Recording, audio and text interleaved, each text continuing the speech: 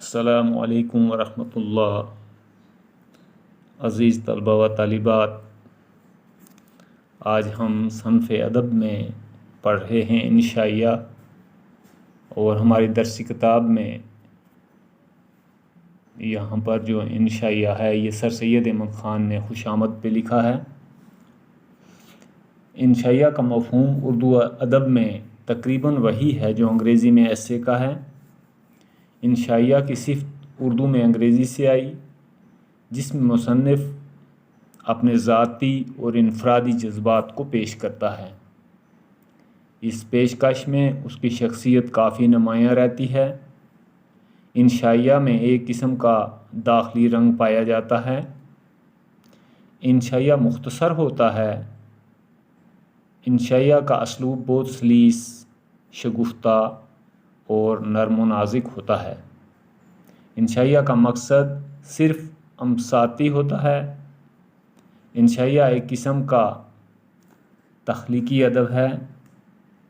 انشائیہ کے لیے تخیل کا بلند ہونا ضروری ہے۔ شاعری کی طرح انشائیہ کا لب و لہجہ بھی نرم و نازک ہونا چاہیے۔ انشائیہ میں اخلاقی عنصر بھی شامل ہوتا ہے۔ یہ اخلاقی عنصر بالواسطہ ہمارے دماغ پر اثر کرتا ہے۔ انشائیہ کی سب سے اہم خصوصیت اختصار ہے۔ یہی چیز اس کو مقالہ سے ممتاز کرتی ہے۔ انشائیہ کی دوسری خصوصیت بے ربطی ہے۔ اس میں خیالات غیر منظم طور پر پیش کیے جاتے ہیں اور اسلوب غیر منطقی ہوتا ہے۔ انشائیہ کی تیسری خصوصیات یہ ہے کہ اس میں مصنف کی شخصیت کا عکس ہوتا ہے۔ اس لحاظ سے انشائیہ بالکل ذاتی اور داخلی صنف ہے۔ انشائیہ کی چوتھی خصوصیت کسی بھی موضوع پر لکھا جا سکتا ہے۔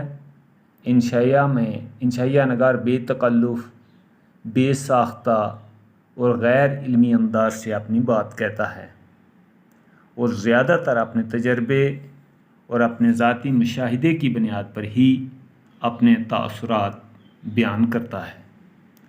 اردو میں سر سید محمد حسین آزاد، عبدالحلیم شرر، ناصر علی، فرحت اللہ بیگ، سجاد انصاری، رشید احمد صدیقی نے اعلیٰ درجہ کے انشائیہ لکھے ہیں۔